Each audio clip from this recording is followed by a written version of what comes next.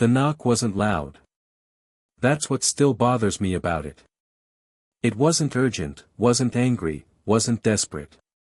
Just firm and measured, like whoever was on the other side already knew I was going to open the door. When I looked through the peephole, I saw 2 Phoenix PD uniforms and a third man standing half a step behind them. No uniform. No obvious badge hanging out. Just a clean jacket and a neutral face. He flashed a badge too fast for me to read and said one word, investigator. That was all. Behind me, at the end of the hallway, my wife Lauren stood barefoot on the hardwood floor. She wasn't asking questions. She wasn't moving. She was watching, like the scene had already started and she didn't want to interrupt it. I opened the door. The taller officer said my name, first and last, and asked me to step outside. The shorter one asked if there were any weapons in the home. I said no, because there weren't. I'd never owned a gun. The investigator looked past me into the house, already cataloging the space with his eyes. Then he said they had reason to believe I was involved in identity theft and financial fraud. I laughed once. A short, stupid sound that slipped out before my brain could stop it. I told them they had the wrong person. I told them I worked construction project management, not finance. I told them my idea of crime was missing a credit card payment once in 2014.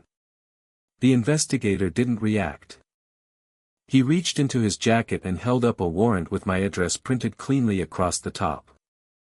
He said it was for specific devices and digital evidence tied to an ongoing investigation. Not everything. Just listed items. That's when my stomach dropped. They weren't guessing. This wasn't a misunderstanding. As they stepped inside, the investigator added one sentence, casually, like it was already established fact. Your wife already gave a statement. I turned toward Lauren. She didn't flinch. She didn't look surprised. She lifted her chin slightly, almost imperceptibly. Her hands were steady, but her jaw was clenched so tight I could see the muscle jump. Not fear. Not guilt. Control. Later I would learn she'd met them the day before, voluntarily. Walked into a station and told her story before anyone ever knocked on our door. The officers asked Lauren to sit at the kitchen table. They asked me to stay in the living room. Nobody raised their voice. Nobody rushed. The calm made it worse, like everything happening had already been approved by someone higher up the food chain. The investigator started listing items, not pointing randomly: my phone, my personal laptop, my work laptop, any tablets used for banking or communication. They photographed the router and modem, asked who had admin access, and noted it like it mattered. They didn't ask for Lauren's devices. They didn't even glance at her phone. The warrant had my name on it. Not hers. I kept saying, I don't understand, because it was the only sentence my brain would allow. The shorter officer asked where my phone was. I handed it over because panic makes you cooperative before it makes you smart. Then they asked for passwords. Not demanded, asked. Calmly. The investigator said they could obtain access either way, and that cooperation would affect how things went for me. I hesitated, and he watched that hesitation like he'd been expecting it. I gave them what I could. I didn't understand yet that helping them could also help build the case against me. They moved through the house efficiently, collecting instead of searching. My laptop disappeared into an evidence bag. Then my work laptop. Then my phone. Each sip sounded louder than the last. Lauren sat at the table with her hands folded, staring at the wood grain like it held answers. She didn't argue. She didn't say this was insane. She didn't ask what the warrant said. She didn't look at me the way a spouse normally looks when their life is falling apart. She looked like someone watching a plan unfold. When they finished, the investigator handed me a card with his name and number. He told me not to destroy evidence, not to contact potential witnesses, and to expect follow-up. If my attorney had questions, they could call him. Then they left. No handcuffs. No arrest. Just the worst kind of freedom, the kind where you're still standing in your own house, but you can feel the ground shifting under your feet. When the door closed, the house sounded wrong. Too quiet. Lauren stood up slowly and exhaled, like she'd finished something. She said she was overwhelmed. She said she needed space. She said we'd talk later. Then she walked down the hallway and started packing a bag. I followed her to the bedroom and asked what she told them. I told them what I knew, she said. I asked what she knew. She finally looked at me, and her eyes weren't sad or angry. They were resolved. I found things, she said. Hearing my name right after that, Ethan, felt like being labeled instead of addressed. I told her I didn't know what she was talking about. I told her this was insane. She didn't raise her voice. Calm like that is dangerous. You're going to say you don't know, she said. That's what you do. She zipped the bag and walked past me. I realized then that if I grabbed her arm, raised my voice, did anything that looked aggressive, it would become proof. And I didn't know how much of my story she'd already written. At the front door she put on her shoes slowly and said she was staying with her sister for a while. I asked if she understood what she'd just done. She paused, then said, "We'll see what they find." And she left. I watched her car disappear down the street, and the thought hit me fully formed and cold. She wasn't reacting to something she discovered. She was executing something she'd planned. And whatever came next wasn't going to be about the truth. It was going to be about which story sounded cleaner. After Lauren left, the house didn't feel empty. It felt processed. Like every room had been turned into a checklist item and I was waiting to see which ones would be used against me. I sat at the kitchen table until the light outside stopped feeling warm. The coffee she'd made went untouched. I kept staring at the space where my phone should have been and realizing how fast normal can disappear when someone else starts telling your story. Once my hands stopped shaking, my brain switched modes. Not panic. Not grief. Logistics. I went into her office. Her laptop was gone. The desk was too clean, like someone had already decided what shouldn't be found. One drawer resisted when I pulled it open. Not jammed, placed. Inside was a slim folder pushed all the way to the back. Printed bank statements. Not ours. Different bank. Different account. My name. Same address. Same last four of my social. And numbers that didn't make sense, 6 figures moving in and out with the kind of structure you don't get by accident. For a second, I tried to believe it was identity theft. Then I saw the sticky note clipped to the papers. Lauren's handwriting. A password hint. A short checklist. This wasn't discovery. It was staging. I checked my credit reports next. All 3. What I expected was chaos. What I found was worse, everything was clean. Accounts I didn't recognize, paid perfectly. A personal loan closed early. 2 credit cards with limits high enough to hurt. An LLC under my name with a forgettable business title.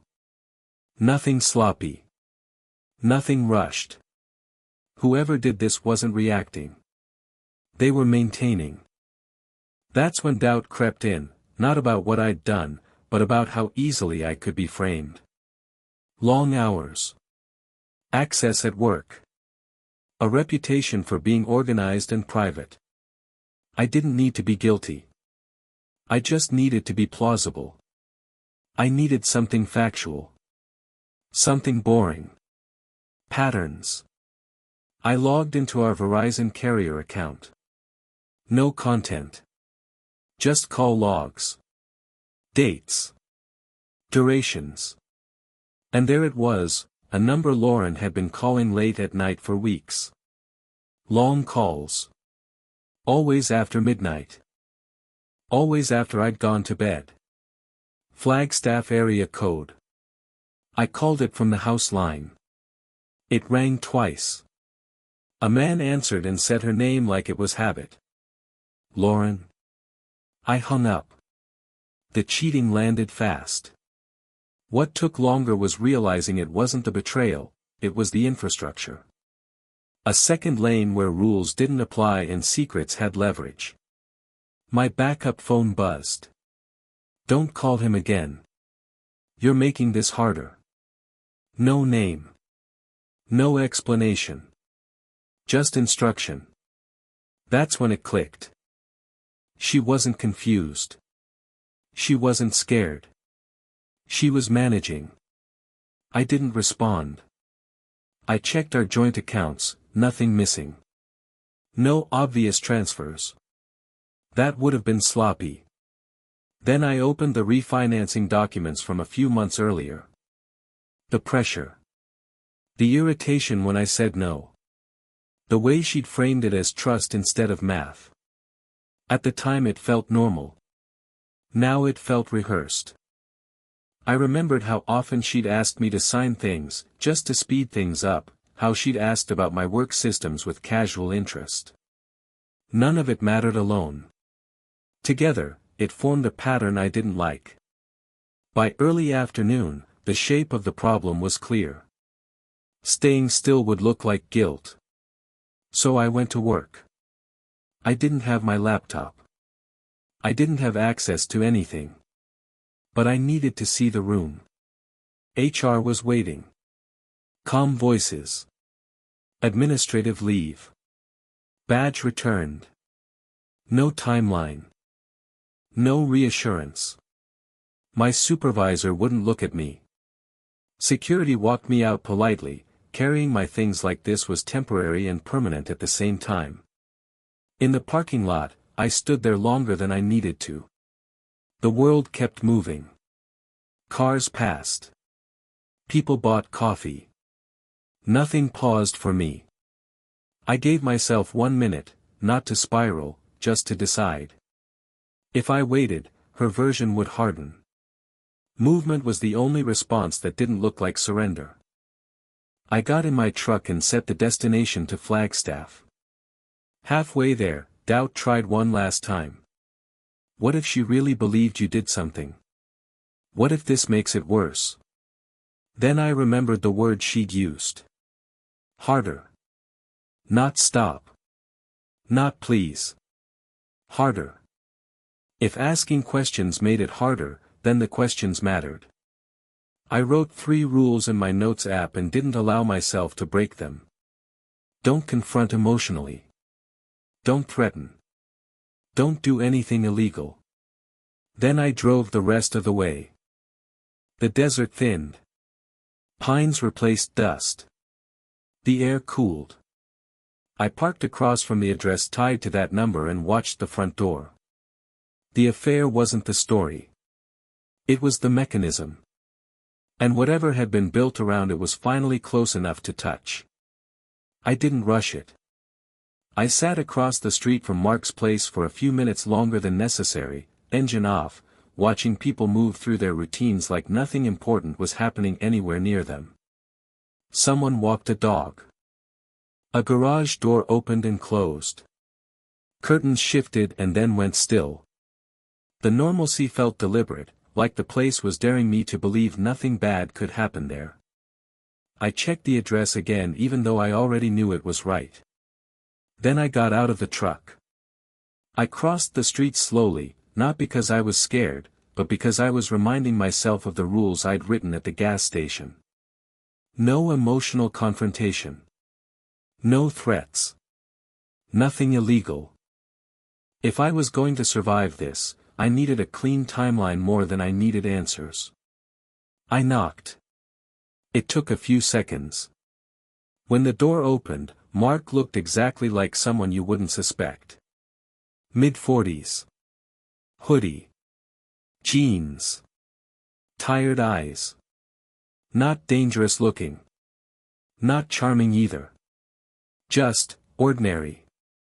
He looked at my face for a moment, then nodded once. "You're the husband," he said. Not a question. I told him my name. I told him I wasn't there to cause trouble. I told him I just wanted to understand what was happening before it buried me. He hesitated, then stepped outside and closed the door behind him. That choice mattered. He didn't want me inside. He didn't want me seeing what he lived with. We stood there in the cold, two men connected by a woman who wasn't present but somehow still controlling the space between us. He talked easily at first.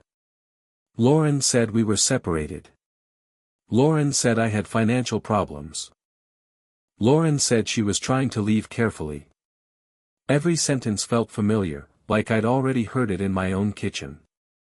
I asked how long he'd known her. "Months," he said. I asked if she'd ever mentioned the police. He shook his head. I asked if she'd ever asked him to hold anything for her. That question landed differently. He didn't answer right away. His eyes flicked toward the door, then back to me. "She asked me to keep something," he said. "Just documents." I asked where they were. He looked at me more carefully then, like he was deciding what kind of problem I was going to be. "I'm not giving you anything," he said. I didn't argue. I didn't threaten. I told him the police had already been to my house, that Lauren had given a statement, and that I was trying to understand how bad this was going to get. He flinched at the word police. "She said you were laundering money," he said. That word again. Laundering. Too specific to be casual. Too heavy to be accidental. I asked what he did for work. "Finance," he said. "Nothing else. No company. No title." The conversation was starting to circle, and I could feel it slipping into a stalemate where nobody said anything useful. Then a door across the small courtyard opened. A woman stepped out with a dog on a short leash. She looked at us and stopped. Not curious. Suspicious. She said Mark's name sharply. He turned like he'd been caught mid-thought. She looked at me. "Who's this?" I introduced myself. Said my name. Said I was Lauren's husband. Her eyebrows shot up. "That's interesting," she said. "Because Mark told me Lauren was his girlfriend." The air changed. Mark muttered something under his breath. The woman crossed her arms and looked between us, already rearranging the story she'd been given. Her name was Denise. She lived next door. She and Mark had dated on and off. Not serious, according to her, but serious enough to notice patterns. Lauren's name had come up before. Late calls. Sudden mood shifts. Trips that didn't quite add up. I didn't ask Denise for help. I didn't have to. She already looked irritated in a way that had nothing to do with me. "She was here last month," Denise said. "Late. Left early." Mark tried to interrupt. Denise ignored him. "And before anyone asks," she added, looking at me, "I don't want to be involved in whatever this turns into. But I don't like being lied to." That mattered. She wasn't offering loyalty. She was drawing a boundary. I asked Denise one question: had she ever seen Mark carrying a small black lockbox? She nodded. He brought it in like it mattered. Mark told her to stop talking. She didn't. I told Denise I wasn't asking her to steal anything or break into anything. I told her police were already involved and that whatever happened needed to be clean. If she wanted to protect herself, the safest move was to make sure the truth didn't get twisted.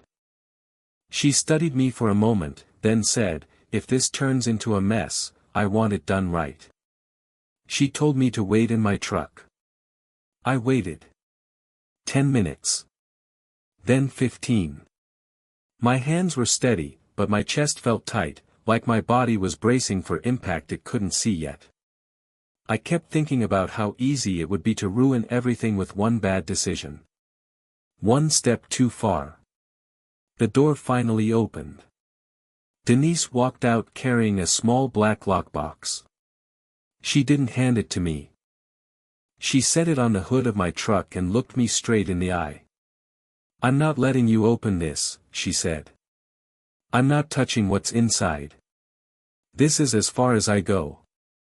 I nodded. That was exactly as far as I wanted it to go. We photographed it sealed. Time-stamped. Denise stated, plainly, where she'd seen it before and why she believed it belonged to Lauren. No opinions. No emotion. Just facts. Then I called a criminal defense attorney. Victor didn't congratulate me. He didn't tell me I was clever. He told me not to open the box, not to take possession of it, and not to contact my wife or Mark again. "This isn't evidence yet," he said. "It's a lead. And we're going to treat it like one." He told Denise to write a simple timeline and send it to him. He told me to leave Flagstaff that night and not talk to anyone else about what had happened. He told me, very clearly, that emotion was the fastest way to turn a good situation into a bad one. I left the lockbox with Denise exactly where it was. On the drive back to Phoenix, something shifted. For the first time since the knock, I felt focused. Not relieved. Not hopeful. Focused. Like I'd finally put my hands on the edge of the machine that had been running me over, and now I could feel where it connected. Lauren hadn't just cheated. She'd outsourced part of her life. Mark wasn't just a distraction. He was infrastructure.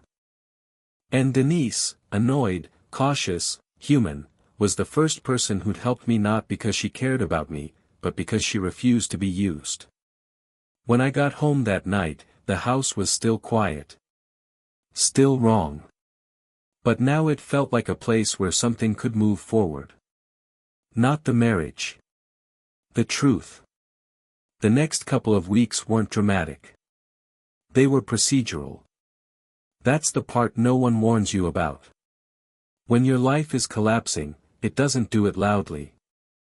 It does it through emails, phone calls that never quite say what you want to hear, and long stretches where nothing seems to happen at all. Victor took control immediately. He didn't ask how I was feeling. He didn't ask what I wanted to happen to Lauren. He asked for dates, times, screenshots, and confirmation that I hadn't contacted anyone I shouldn't have. "This has to stay boring," he said. "Boring keeps you alive." Denise sent her timeline that same night. It was exactly what Victor wanted, clean, factual, and stripped of emotion. When Lauren visited. When the lockbox appeared. When Mark brought it inside. Nothing speculative. Nothing personal. Victor forwarded everything to the investigator from the Joint Task Force, the same man who had stood in my hallway. Not a patrol cop. Someone whose job was patterns, not arrests. Then we waited. HR extended my administrative leave. No updates. No reassurances. My supervisor stopped responding altogether. Friends checked in once or twice, then backed off when I didn't give them a version they could repeat without discomfort. Lauren stayed silent. That silence didn't feel like fear. It felt like confidence. Victor explained why. "She made herself useful early," he said. "That buys time. It doesn't buy safety." About 10 days in, Victor asked me something that finally connected a few loose threads. "When did your wife start asking about your work systems?" I hadn't thought much of it at the time. Lauren asking how vendor payments worked. Why certain approvals mattered. What kind of access different roles had. It sounded like curiosity back then. Victor asked if I'd ever logged into work systems from her computer. I hadn't. I was careful about that. That answer mattered. A few days later, investigators formally requested access logs from Lauren's clinic. Not patient records. Not content. Just authentication data, timestamps, session durations, IP activity. The kind of information that doesn't violate privacy but tells a story when you zoom out. I didn't hear results right away. What I did hear, about a week later, was that a warrant had been executed on Mark's townhouse. Victor didn't dramatize it. He just told me to sit down. They didn't find anything cinematic. No cash hidden in walls. No fake passports. What they found were devices, laptops, external drives, phones, and a filing cabinet that didn't belong in a space that small unless someone was keeping careful track of things. The lockbox was recovered officially. Inside were copies of my documents, forged signatures, drafted statements in Lauren's handwriting, and templates for opening accounts. No emotion. No threats. Just logistics. Victor said it plainly. This wasn't panic, he said. It was a project. Mark didn't last long after that. Once his devices were seized, cooperation became a math problem. He admitted to helping Lauren structure accounts.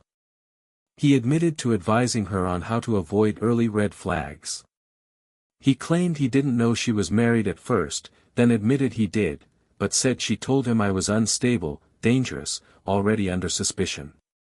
That part hit harder than I expected. Not because it hurt my pride, but because it showed how thoroughly she'd framed me before I ever knew there was a frame. The clinic logs came back shortly after.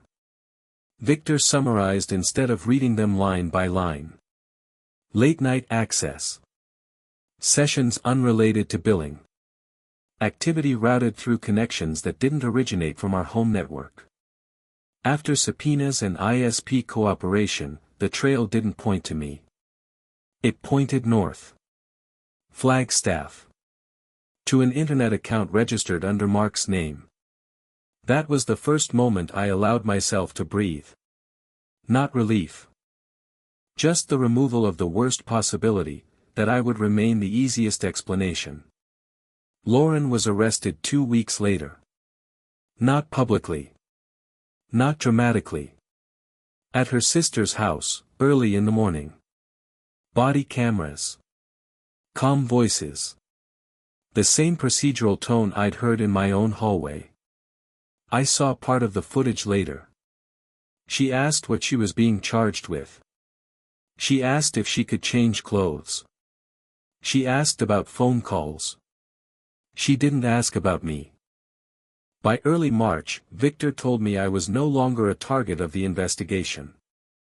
Not cleared. Not vindicated. Reclassified. HR followed up a few days later. Internal audit complete. Administrative leave ending. I could return to work the following Monday. No apology. No acknowledgement of what the leave had done to my reputation. Just a calendar invite and a reminder about confidentiality.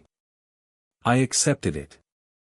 Because at that point, winning didn't look like justice. It looked like stability. Lauren's case continued without me. Mark took a deal. I didn't ask the terms. Knowing them wouldn't change anything.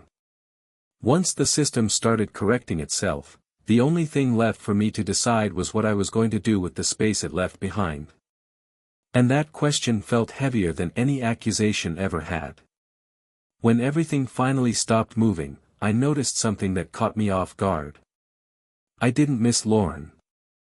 What I missed was the version of my life where I didn't have to second-guess my own memory.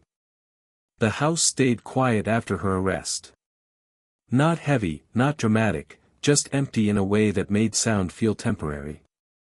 I moved through it at night, touching familiar things like they might explain themselves if I waited long enough. They didn't. Nothing was different. Except the assumptions. Victor told me not to expect closure. Cases end, he said. Stories don't. Lauren's case moved forward without me. Mark took a deal. Dates were set. Paperwork stacked up. Everything important happened without emotion, which felt appropriate given how unemotional the planning had been. I went back to work. People were polite. Polite isn't kindness, it's caution. Conversations softened. Jokes stopped halfway. No one said anything wrong, which somehow made it worse. My reputation wasn't destroyed, but it had shifted. Like something repaired quickly, the crack was still there if you knew where to look. I accepted that. I worked. I documented everything. I chose my words carefully. Over time, attention moved on. It always does. The divorce was clean. No theatrics. Assets divided. The house stayed with me, not as a win, just because it made sense on paper. Lauren didn't fight it. By then, fighting wasn't useful. I never spoke to her again. Once, during discovery, I read part of the statement she'd given before the police ever came to our door. It was calm. Structured. Reasonable. Concern.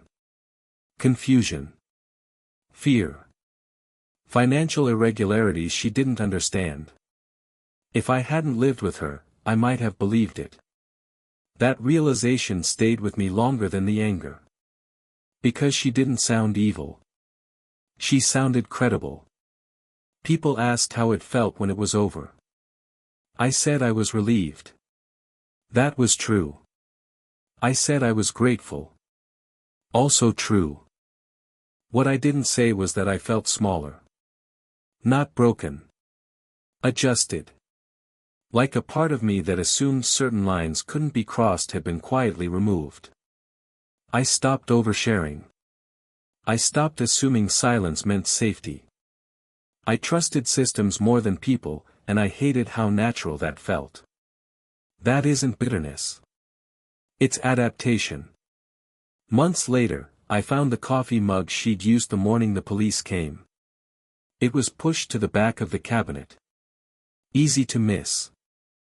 I held it for a second longer than necessary, trying to decide whether that counted as nostalgia or evidence. I put it back. Denise sent one message after everything wrapped up. Just one. She said she hoped things had settled and that she was glad she trusted her instincts. I thanked her. We didn't keep in touch. She wasn't part of my future, just someone who refused to be used when it mattered. Every once in a while, usually late at night, I think about the knock. Not the sound, but the timing. How normal the morning felt right up until it wasn't. How fast a life can move from routine to review. That's the part that stays. Not the cheating. Not the money. Not even the betrayal. The story. How easily someone else can start telling one about you, and how much damage it can do before anyone asks whether it's true. So if there's a lesson here, it's not, trust no one. It's this. Pay attention to calm that doesn't match the moment. Pay attention to urgency that benefits someone else. And don't ignore the feeling that something important is being decided without you in the room. Because sometimes, the person cheating on you isn't just breaking your heart. They're writing your character description. And by the time you realize it, the story is already moving. Quiet, procedural, and terrifyingly believable. Thanks for watching. Subscribe for more true stories.